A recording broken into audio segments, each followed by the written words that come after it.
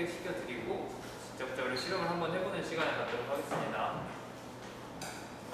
먼저 힘의 평형의 실험 목적을 좀 설명해보면, 힘이라는 게 있는데 이 힘의 합성이 어떻게 벡터로 분해되는지를 우리가 해석하는 실험을 진행해 볼 거예요. 교수님이 앞전에 잘 설명해 주신 것처럼 그런 내용들 우리가 직접적으로 실험을 통해서 확인해 본다라고 여러분들이 생각하시면 될 거고요. 그리고 이제 힘의 평형을 할 수 있는 장치가 그럼 있어야겠죠. 우리가 실험을 할 거니까 이론적으로 우리가 교수님이 아까 주신 문제처럼 확인을 해봤는데 그게 이론적으로 맞는, 이게 실험적으로 비교해 봤을 때 정확하게 맞는지 아닌지를 확인해 보는 거니까 그런 장치가 있을 거고, 그리고 우리가 어떻게 설치해서 어떻게 이제 힘의 평형을 파생시키고 그것을 이제 해석할 수 있는지 여러분들이 확인할 수 있는 시간이라고 생각하시면 될 것 같습니다.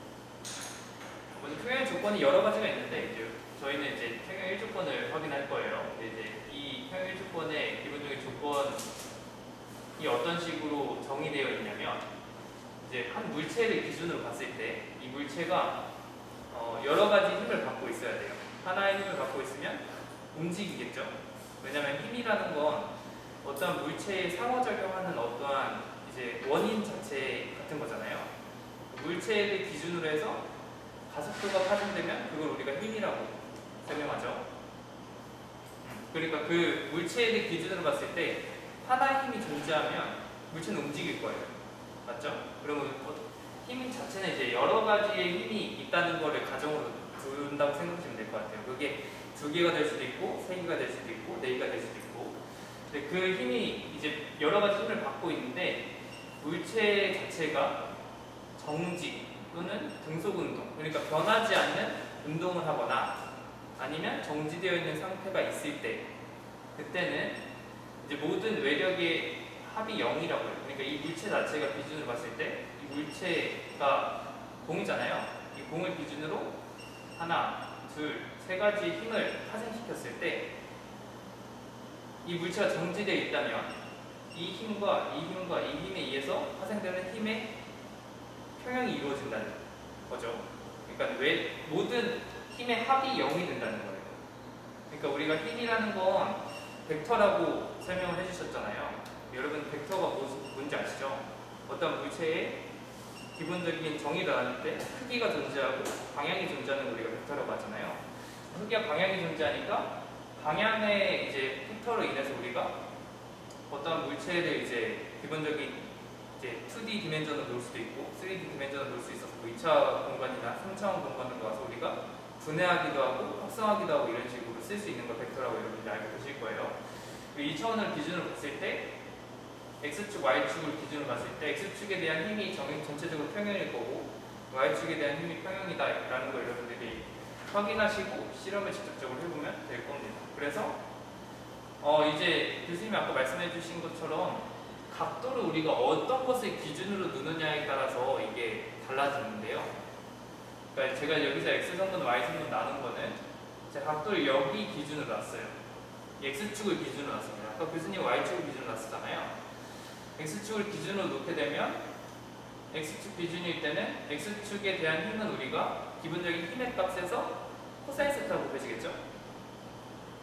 그리고 Y축에 대해서는 힘의 기본적인 값에다가 사인 세타 곱해질 거예요. 만약에 각도가 여기라면 Y축에 대해서는 코사인 세타일 거고 X축에 대해서는 사인 세타일 겁니다. 여러분 이거 헷갈리지 않으셔야 돼요. 그냥 피타고라스의 정의만 우리가 알고 있으면 어떤 힘을 벡터로 정의했을 때 그 방향의 각도에서 이제 이 각도와 이제 돌아가는 각의 길이가 코사인 세타고 넘어가는 각의 길이가 사인 세타라는 걸 여러분들 알고 계시면 될 거예요. 그러면은 저는 여기 각도를 이제 세타와 세타2로 놨기 때문에 X성분에 대해서 이런 식으로 힘의 분해가 될 거고 Y성분에 대해서는 이런 식으로 힘의 분해가 될 겁니다.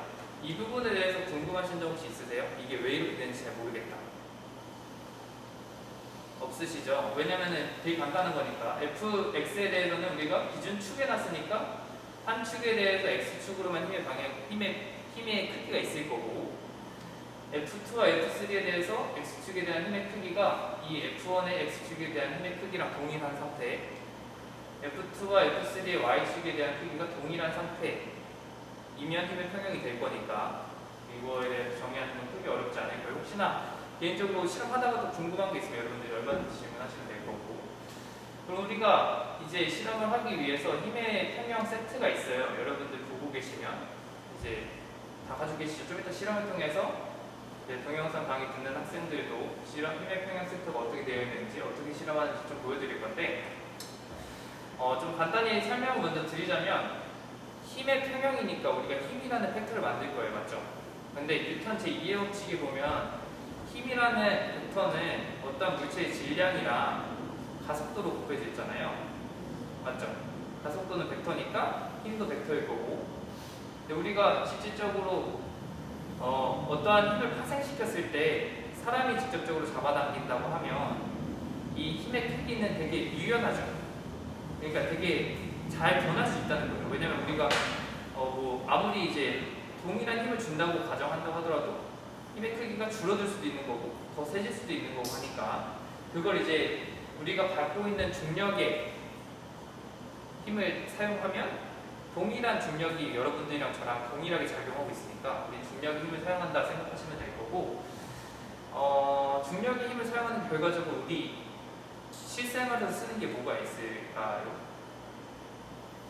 우리 실생활에 우리 지금 이거 실험을 하는 게 사실 힘의 평형 확인하는 거일 수도 있겠지만 여러분들이 실생활에 적용하는 게 있으면 더 행복할 거 아니에요. 편하고 우리의 몸무게 얘기하잖아요. 몸무게가 사실 중력의 힘에 좀 관계되어 있는 값이에요. 왜냐면은 우리 기본적으로 저도 그렇고 여러분들도 그렇고 각각의 여러분들 개개인의 고유의 질량이 있습니다. 질량의 값은 변하지 않는 값이고요. 그 값에서 원래 중력 가속도를 우리가 계속 받고 있잖아요. 지구에서도 중력 가속도를 받고 있고 달에서도 중력 가속도를 받고 있을 거 아니에요. 그래서 우리가 쉽게 얘기할 때 달로 가면 몸무게가 6분의 1로 줄어든다 라고 하는 거는 고유 질량은 동일한 값인데 중력 가속도가 거기서 6분의 1배 더 이제 작기 때문에 우리가 달로 가면 몸무게가 더 줄어든다라고 여러분 생각하시면 될 거고 몸무게를 보통 쓸 때 우리가 킬로그램이라고 쓰지만 사실은 킬로그램에 우리가 중력 가속도 9.8m/s 제곱이 곱해져 있는 거라서 뉴턴입니다. 뉴턴. 중력이라는 힘이에요. 그 힘을 우리가 받고 있는 걸 몸무게라고 여러분들이 생각하시면 될 거고 좀 실생활에 좀 적용하면 좀 여러분들이 받아들이기 훨씬 편할 것 같아서 간단히 설명드린 건데 이 고유의 우리가 추를 이용할 거예요. 추를 이용하면 추 자체에 고유의 질량이 있겠죠. 근데 중력 가속도를 갖고 있으니까 이 추에 무게가 있을 거 아니에요. 맞죠? 추만의 무게가. 그 무게가 힘일 거고 그 힘이 아래로 작용하면서 이쪽으로 당겨질 거 아니에요. 맞죠? 이쪽으로 당겨지고 이쪽으로 당겨지고 그런 세 가지 힘을 우리가 만들어서 비교해 본다고 생각하시면 될 거예요. 어렵지 않죠?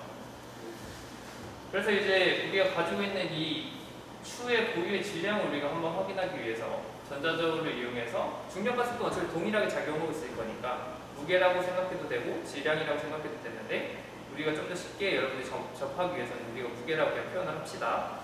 그럼 이 추의 무게를 우리가 여러분들 확인하시면 될 거고 여기서 좀 더 한번 좀 간단한 설명을 드리자면 이 추를 어떻게 사용할 거냐면 이런 원판이랑 이제 고정시킬 수 있는 고정대가 있을 거예요. 여러분들 다 지금 실험 기자들 가지고 계시죠? 거기에 이제 실험판이 있는데 이 판에 보면 각도가 정해져 있어요. 각도가 정해져 있으면 우리가 기준축을 하나로 잡으면 벌어져 있는 각도를 아까 교수님 보여주신 것처럼 우리가 확인할 수 있고 우리가 축을 어디로 둘 것이냐에 따라서 코사인 세타, 사인 세타 곱하면서 X축 기준의 평형, Y축 기준의 평형을 맞추면 되는 거잖아요. 맞죠? 그럼 제가 여러분들한테 어떤 식으로 실험을 시킬 거냐면 추의 무게를 각각 하나씩 정해줄 거예요. 여러분들이 그 추의 무게를 통해서 파생되는 각도를 여러분들이 찾고 계산식에 정의해봤을 때 맞는지 아닌지 확인만 해보는 실험인 거예요. 어렵지 않죠?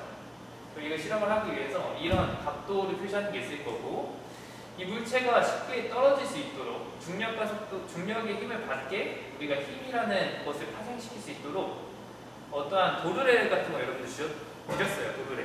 보신 분들 보시면 이런 식으로 생긴 도르래 여러분들 드렸는데 여기 보시면 실을 통해서 도르래를 이런 식으로 떨어뜨렸어요. 맞죠? 그래서 이제 중력을 적용시키는데 실의 무게는 되게 작으니까 여기가 실의 무게는 기본적으로 생각 안 한다고 생각하시면 될 거고 여기 보면은 추 자체를 실로 묶는 게 아니고 추 거리가 있습니다. 여러분들한테 하나씩 또 드렸는데 여기 추 거리가 있을 거예요. 맞죠? 추거리 자체에도 무게가 있어요. 보면 5g이라고 써 있습니다.